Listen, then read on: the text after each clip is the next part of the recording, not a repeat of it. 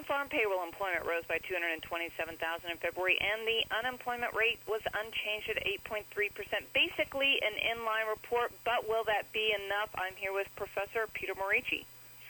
Well, it certainly is enough for this month, but economic growth has been slowing. The jobs growth in February was less than in January, and we are expecting actually for it to slow further in the months ahead. 2% growth won't sustain this kind of job expansion.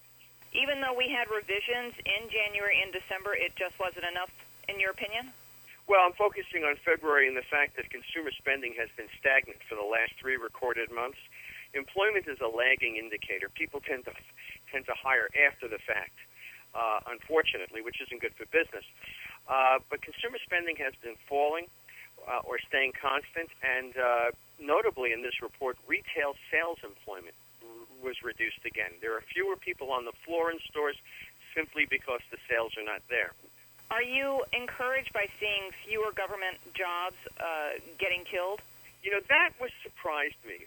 We've heard a lot about local property tax revenues going down, and as a consequence, the ability to pay for employees being more curtailed.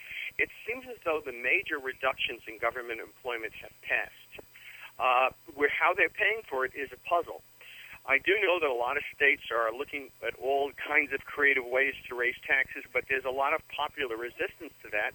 After all, people are living on virtually fixed or declining incomes. Why should they apportion a greater deal of what they spend to the government for the same services? But it appears so far that states like Maryland, where I am, have been able to squeeze more taxes out of people to pay for more bureaucrats.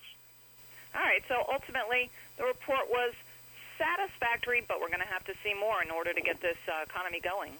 Absolutely. Until we resolve more fundamental problems like our energy dependence, which the president's initiatives are not helping, and our trade with China, which both the president and Speaker Boehner are reluctant to deal with, we're not going to get this economy turned around.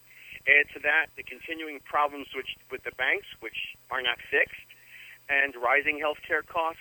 Many of the things that caused the crisis are still in place. Rather than causing a major collapse this time, they're just slowing growth a lot. And the United States economy needs a lot of fixing yet. This market is stock pickers market. Stocks have rallied this year. We're coming into a Monday where we're going to